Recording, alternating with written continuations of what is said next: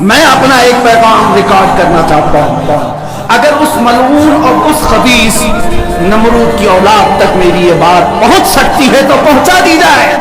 تم نے بہت بھونک لیا اپنی مندر میں بیٹھ کر کے, تم پریس کلب آف انڈیا میں بیٹھ کر کے بہت بھونک لیے. کتے آپس میں اپنی گلی میں بہت بھونکتے ہیں. میرے اس میسج کو اس ملعون تک پہنچا دیں. اگر ذرا برابر بھی دم خم ہے تمہارے اندر, تمہاری ماں نے اگر دودھ پلایا ہے تم کو, تو اب میں مناظرے کا چیلنج نہیں دے رہا ہوں, ڈیبیٹ بھی نہیں کروں گا, بات چیت بھی نہیں کروں گا. آؤ میں اعلان کرتا ہوں, 8 دن کے اندر تم دلی پہنچو, کسی میدان میں پہنچو, اپنی ساری مقدس کتابیں لے کر کے آؤ. انشاءاللہ العزیز یہ فقیر قرآن پاک لے کر حاضر ہو. ہم آئیں گے, تم اپنے سارے گرو گھنٹالوں کو لے کر جمع ہو جاؤ. میں مناظرے کا چیلنج نہیں دے رہا ہوں, توجہ چاہتا ہوں. میں ڈیبیٹ کرنے کی بات ہی نہیں کر رہا ہوں. یہ نیوز اینکر جتنے دجالی میڈیا وہ بھی سن لیں, اپنے ڈیسک پر بیٹھ کر کے ٹٹو لوگوں کو لڑاتے رہتے وہ بھی سن لیں.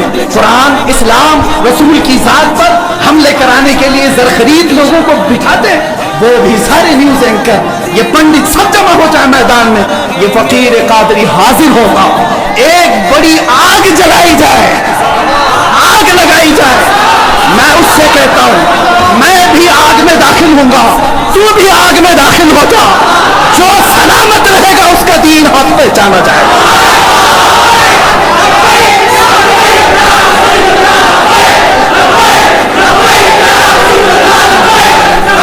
بہت ہو گیا مسلمانوں, بہت ہو گیا احتجاج, بہت ہو گئے پروٹیسٹ, بہت ہو گئے ان سے مطالبے کرنا کہ اس کو گرفتار کرو, اس کا اثر چاہیے. آؤ آج آر پار کی بات کر لیتے ہیں. زمانہ گزر گیا, 800 سال ہو گئے. سرکار غریب نواز کو بھی یہی چیلنج کیا گیا تھا. معین الدین حسن چشتی نے ہند میں یہ بتایا تھا کہ جو نبی کا غلام ہوگا وہ آگ میں بھی کود جائے گا. انشاءاللہ العزیز میں گنہگار ضرور ہوں, میرے اخلاق برے ضرور ہیں, لیکن جب بات میرے مذہب کی آئے گی, قرآن کی آئے گی, نام مصطفیٰ کی آئے گی, میں برسر اعلان آج پھر کہتا ہوں, آؤ تم سارے پنڈت مل کر کے آؤ, آگ لگائی جائے. تم سب پوری دنیا کو دکھانا میں بھی آگ میں داخل ہوں گا, تم بھی آگ میں آ جانا. دیکھتے ہیں کس کے جسم کو آگ جلاتی ہے. اگر میں سلامت رہا تو میرے دین کی بات ہوگی, اور انشاءاللہ العزیز مجھے یقین کامل ہے کہ اگر آگ پر بھی کسی کا حکم ہوتا ہے تو صرف میرے رب ذوالجلال کا ہے, میرے رب ذوالجلال کا ہے. بس اسی بات پر میں اپنی گفتگو کو ختم کرتا ہوں. اب احتجاج نہیں, اب پروٹیسٹ نہیں, سیدھے آر پار کی بات, میری یہ بات پہنچا دی جائے. اگر جواب آ جائے تو دیکھ لینا مسلمانوں, مجھے یہ یقین ہے کہ اس کا کوئی جواب نہیں آئے گا, اس کا جواب نہیں آئے گا. ہجڑوں کے پاس اس طرح کی کوئی بات کا جواب نہیں ہوتا. ان کی ماؤں نے اتنا دودھ ہی نہیں پلایا. یہ زرخرید اپنے علاقے میں بیٹھ کر کے بھونک تو سکتے ہیں, لیکن آؤ مباہلے کی میں دعوت دینا, مباہلے کی دعوت. قرآن نے بھی میرے مصطفیٰ کو مباہلہ کرنے کا حکم دیا تھا. جب عیسائیوں نے بہت باتیں کی تو رب تعالیٰ نے فرمایا, اے رسول فقل تعالوا ندعو ابناءنا وابناءکم ونساءنا ونساءکم وانفسنا وانفسکم ثم نبتہل فنجعل لعنت اللہ علی الکاذبین. اے رسول ان کو بلا لیں, آپ اپنے بیٹے بیٹیوں کو لے کر کے آئیں, اپنی عورتوں کو لے کر کے آئیں, اور خود جائیں اور ان سے بھی کہیں کہ تم بھی اپنے بیٹے بیٹیاں لے آؤ, اپنی عورتیں لے آؤ. بیٹھیں گے میدان میں, اللہ سے دعا کریں گے کہ جو جھوٹا ہے اس پر لعنت بھیج. اتنا ہی میرے آقا کو حکم آیا. حضور گئے نجران کے عیسائیوں کے پاس, چلو بلاؤ, مباہلہ کرتے. ایک مناظرہ ہوتا ہے جو ڈیبیٹ کیا جاتا ہے, مباہلے میں ڈیبیٹ نہیں, سیدھے میدان میں, عمل کے میدان میں بات نہیں کی جاتی. حضور آئے کس کو لے کر, سیدہ کائنات فاطمہ الزہرا, حسن مجتبیٰ کو, حسین اعظم کو, مولا علی کرم اللہ وجہہ کریم کو. 5 لوگ آئے تھے. نجران کے عیسائیوں نے پہلے تو مان لیا تھا چیلنج, جب یہ نورانی چہرے دیکھے तो ईसाइयों के बूढ़े पादरी ने कहा, ऐ नादानो, किसको तुमने मुबाहले के लिए बुला लिया? अगर इस रसूल ने हाथ उठा दिया तो क़यामत तक तुम्हारी नस्लें बाकी नहीं रहेंगी। और मुझे मेरे मुस्तफ़ा के उस मुबाहले की बरकत से यकीन है, लेकिन मेरे मुस्तफ़ा की निस्बत मेरे साथ मौजूद है, मेरे पीर और मुर्शिद की निस्बत मेरे लिए काफ़ी है। इंशाअल्लाह अज़ीज़ मुबाहले के लिए फ़कीर हाजिर होगा, जवाब आ जाए, ऐ सुन्नी मुसलमानों इंतजार करो, अब लड़ाई आर पार की हो जाती, देखा जाएगा किसका दीन हक है, किसकी किताब हक है, किसका रसूल हक है। इसी बात पर खात्मा होगा। हिंदुस्तान में सबसे बड़ा कोई आतंकवाद है तो नरसिंहारम स्वामी है, जो मेरे आका सल्लल्लाहु अलैहि वसल्लम की इज्जत पर हमले कर रहा है। बारहा उसे मुतालबा किया गया इन तमाम बातों को ख़त्म करने का। अब मैं बहुत एहतजाजात की बात नहीं करूँगा, एक मेरी बात सुन ले। मैं आज बड़े जज्बात के साथ अगरचे हूँ, बोलने की अब हमारे पास भी ताकत नहीं रह गई, इसलिए कि हम भी मुजरिम हैं। बारगाह रब्बुल इज़्ज़त ने अगर हमारी पकड़ हो गई कि तुम्हारी जवानी के दौरान मुस्तफ़ा करीम सल्लल्लाहु अलैहि वसल्लम की इज्जत पर हमले होते थे, तुम क्या कहते थे? मुझे डर लगता है आज या कल अगर हम मरेंगे, हमारी भी लाशें कब्रिस्तानों में जाएंगे, कब्रों में तो हम इस नाम से जाते हैं कि दीदारे मुस्तफ़ा होगा, लेकिन ऐ मुसलमानों, अब किस नाम से हम जाएंगे?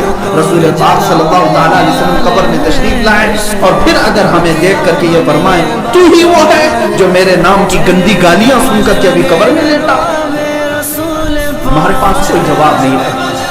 हुजूर पाक सल्लल्लाहु अलैहि वसल्लम की अज़मत पर रखी हमले जानते हैं, जिस स्वामी ने, जिस पंडित ने, जिस महंत ने हुजूर पाक के लिए शब्द इस्तेमाल किए, वो मैं उसका नाम भी इस मुक़द्दस मस्जिद में लेना नहीं चाहता, लेकिन मैं खुल करके रद्द करना चाहता हूँ। हुकूमत वक्त से कहता हूँ, ऐसे कुत्तों के गलों में अपने पट्टे बांध लो।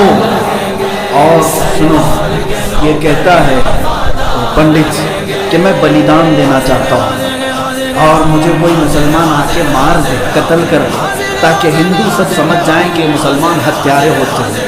सुन लो खबीस मर्दूद, तेरे खून की हमारे नज़दीक कोई कदर और कीमत नहीं। जो लोग ये कहते होंगे कि उसके सर की इतनी कीमत, उतनी कीमत, मैं कहता हूँ 5 पैसे की भी कीमत नहीं। इससे बड़े नमरूदों को अल्लाह ने मच्छर से इलाज किया। देखना, तुम जिन कीड़ों के जरिए से मरोगे वो पूरी दुनिया के लिए इबरत का निशान बनो। मैं यहाँ पर अपने नौजवानों से यही कह रहा हूँ, उस गलीज खून को अल्लाह ही काफी है, उस गलीज खून के लिए, इंतकाम के लिए अल्लाह काफी है। और ये कहता है बलिदान की बात, तुम्हारी माओ ने इतना जिगर तुम्हारे अंदर दिया ही नहीं कि तुम मरने के लिए तैयार हो।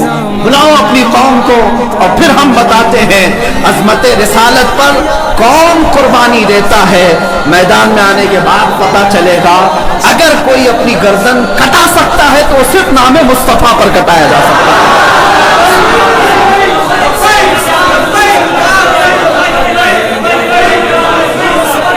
हुस्न यूसुफ पे कटी मिस्र में अंगुश्ते ज़ना, सर कटाते हैं तेरे नाम पे मर्दाने अरब। वो सहाबा कटाते थे और बताते थे।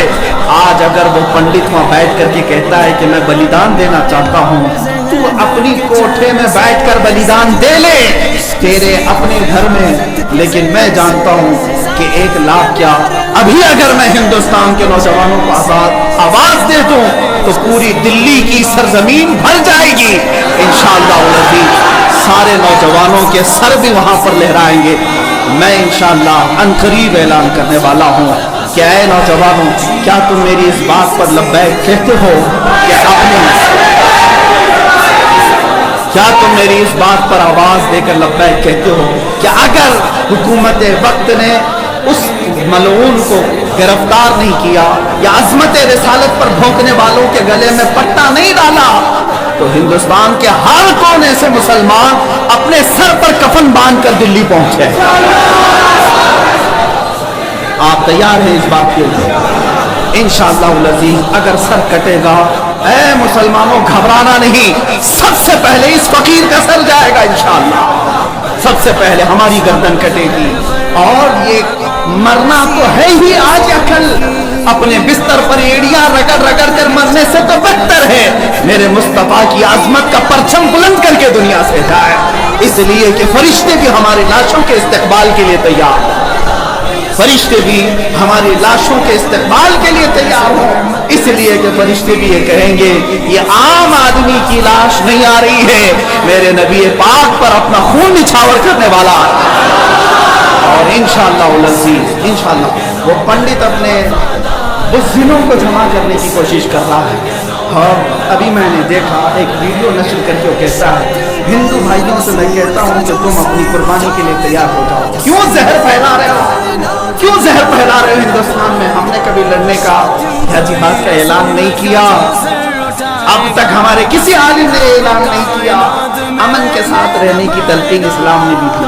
हुजूर ने खुद फरमाया है जंग की तमन्ना मत करो, जंग की ला ततमन्नू लिक़ा अदुबिकुम। मेरे आका फरमाते हैं दुश्मनों से मुठभेड़ करने का, जंग करने का इरादा मत करना, तमन्ना मत करना। हाँ, अगर उनकी तरफ से आ जाए तो फिर कदम भी पीछे मत लेना, फिर कदम पीछे नहीं लेना।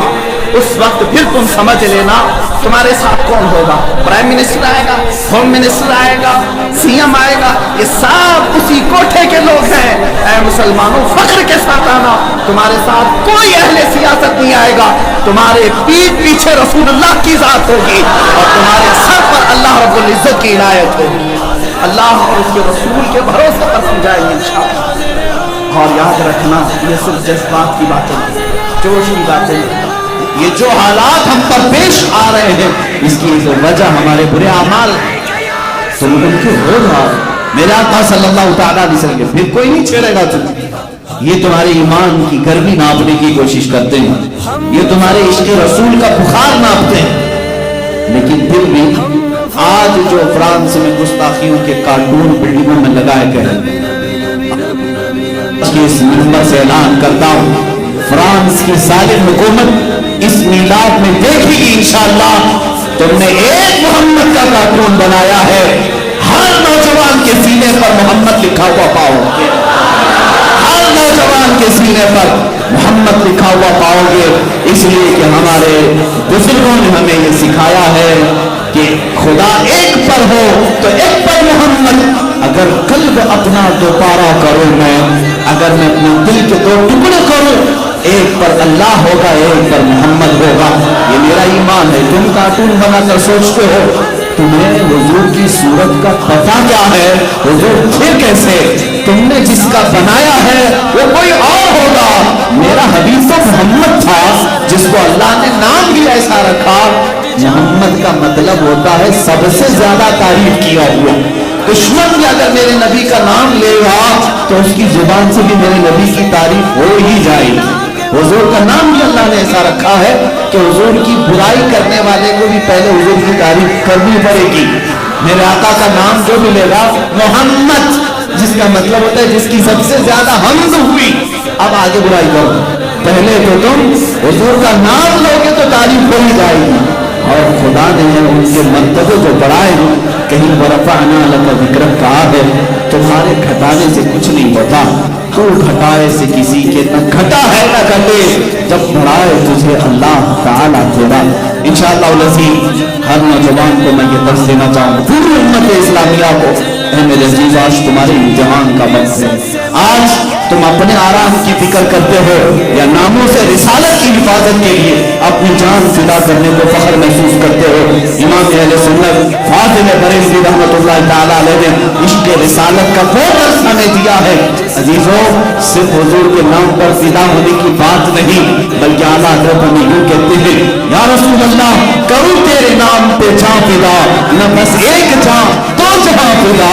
मैं एक ही जान क्या फिदा करूं आका पर, पूरे दोनों जहां पर फिदा करता हूं, सब छोड़ दूंगा आपके लिए। करूं तेरे नाम पे जान फिदा, न बस एक जान दो जहां फिदा, दो जहां से भी नहीं जी भरा, करूं क्या करोड़ जहां नहीं। आका अगर मेरे पास करोड़ों जहां होते, हर जहां में सिर्फ आपके नाम पर फिदा। छेड़े तो छोड़ो, हम मुतालबा करेंगे दुश्मन के कैद होने का या वो अपना अंजाम तक पहुंचे। आज जो कानूनी कार्रवाई हो सकती है हम उसका मुतालबा करते हैं। میں آج مسجد میں بیٹھ کر کے آپ سے یہ نہیں کہہ رہا ہوں تلوار اٹھاؤ بھالو اٹھاؤ اور جاؤ لڑو، نہیں. ہم جس ملک میں ہیں ہم قانونی اعتبار سے چلیں.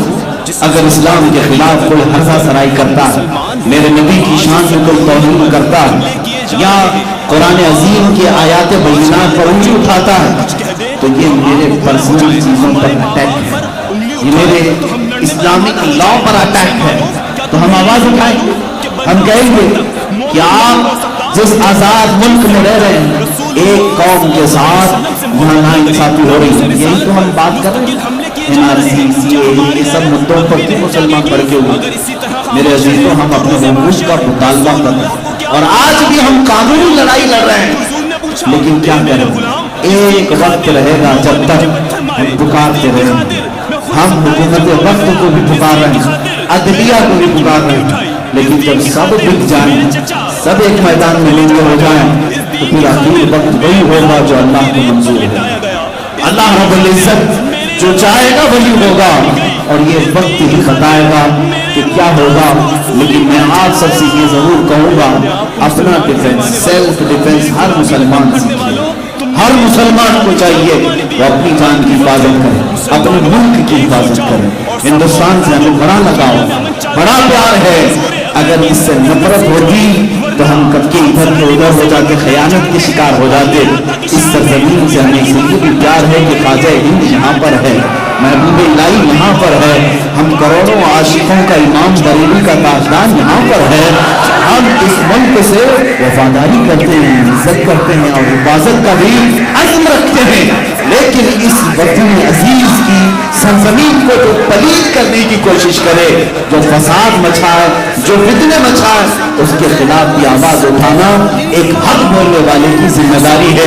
ابھی آپ کی مرضی ہے اور علماء کی مرضی ہے، آپ جابر و ظالم حکومتوں کے خلاف آواز اٹھاتے ہو تو دنیا تمہیں حسینی کردار میں لکھے گی، اور چپ رہ کر کے خاموشی سے سہتے ہوئے جاؤ گے تو حسین اعظم نے کہا ہے میرے نزدیک ظلم صرف ظالم کا نہیں بلکہ جو ظلم کو سہ کر خاموش بیٹھتا ہے وہ بھی اپنے وقت کا ظالم ہے.